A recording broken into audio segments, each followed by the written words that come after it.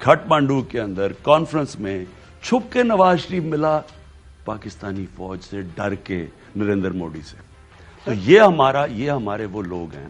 نواز شریف کا جو primary M جب سے ہے یہ ایک بیماری ہے. میں آپ کو آنیسٹلی کہہ رہا ہوں, یہ بیماری ہے, یہ پیسہ لالچ بیماری ہے. اس کو پتہ ہی نہیں ہے کہ اس کے پاس کتنا پیسہ. میں آپ کو رائٹنگ میں دیتا ہوں, انہوں نے 30 سال سے پیسہ چوری کر رہے ہیں. ان کو پتہ ہی نہیں کہ ان کے پاس کتنا پیسہ باہر پڑا ہوا ہے, لیکن خدا پیسہ ہے. اب اس کو بچانے کے لیے یہ پاکستانی فوج کو ذلیل کرے گا, یہ ملک کو, یہ انڈو اسرائیلی لابی کے ساتھ ملے گا, یہ حسین حقانی جیسا گھٹیا آدمی جو صرف اور صرف وہاں بیٹھ کے پاکستان کے خلاف زہر اگلتا ہے اور پاکستانی فوج کے خلاف. اچھا اب سر یہ ساری انفارمیشن آپ کے پاس ہیں اور ہماری انٹیلیجنس ایجنسیز بھی بتا چکی ہیں, لندن میں یہاں تک بتا چکے ہیں کہ وہ کن کن سے ملاقاتیں کر رہے ہیں, کن کن غیر ملکی میرے پاس رپورٹ آتی ہے, آپ کے پاس رپورٹ, میرے پاس آئی بی کی بھی رپورٹ آتی ہے, آئی ایس آئی کی بھی آتی ہے. کن کن سے یہ ملتے ہیں, پچھلے دروازے سے کون آتا ہے, یہ کن کو جا کے ملتے ہیں. وہ کوئی پاکستان کا خیر خواہ نہیں ہے. وہ سارے چاہتے ہیں کہ پاکستان تباہی ہو. ہندوستان کی تو اسٹیٹڈ پالیسی ہے کہ پاکستان کے 3 ٹکڑے ہوں. تو سب سے ان کو ڈر پاکستان سے کیوں ہے ڈر؟ یہ سوچے نا, کیوں اسرائیل آج سے 30 سال سے اسلامک بام لگا ہوا ہے؟ کیونکہ ان کو ڈر پاکستانی فوج سے. ان کو پتہ ہے کہ پاکستانی فوج ایک دنیا کی طاقتور فوج ہے, نیوکلیر آرم فوج ہے. تو ان کو اب وہ چاہتے کیا ہیں؟ وہ یہ چاہتے ہیں پاکستان سے وہ جو روس سے ہوا تھا, جو سوویت یونین سے ہوا تھا, کہ اندر سے ٹوٹ جائے. یہ ان کی پوری کوشش ہے. یہ جو ساری سازشیں کرتے ہیں, کلبدشن, وہ جو یادیو تھا, وہ تھا, یہ جو قبائلی, آج جو ہمارے 20 اگلے دن ہمارے سیکیورٹی فورسز شہید ہوئے, یہ کون کروا رہا ہے؟ یہ کس کا انٹرسٹ ہے کہ آپس میں شیعہ سنی کو کون لڑا رہا ہے؟ میں نے پہلے کہا تھا کہ شیعہ سنی کے علماء کو قتل کرنے کا ان کا پلان ہے. میں نے پہلے جو انہوں نے وہ عادل خان کو قتل کیا, اس سے میں نے 3 ہفتے پہلے بتایا تھا کہ ہم 3 مہینے سے تیار بیٹھے ہیں. ہم نے سازشیں ان کی روکی ہیں کہ پہلے شیعہ سنی کے ان کے عالموں کو قتل کرو, آپس میں خانہ جنگی شروع کرو. یہ کس کا انٹرسٹ ہے؟ اور یہ کون گیم کھیل رہا ہے کہ جناب فوج کے اندر انتشار پھیلانے کی کوشش؟ جی میں باقی تو فوج کے ساتھ ہوں, لیکن جنرل باجوہ اور جنرل فیض کے خلاف ہوں. یہ اس سے زیادہ منافق, اس سے زیادہ کوئی ذلیل اپنے ملک کے خلاف کون حرکت کر سکتا ہے؟ اور پھر عدلیہ کو, او جی وہ ایک جج کا نام لے رہا ہے, جی وہ جج ٹھیک ہے, وہ فلانا جج ٹھیک ہے. ججز کے اندر بھی پیدا کر رہا ہے صرف اپنی دولت بچانے, چوری اپنی بچانے کے لیے. پہلے چوری کر کے نقصان پہنچاؤ, پھر اس کو بچانے میں ملک کا بیڑا غرق کرو.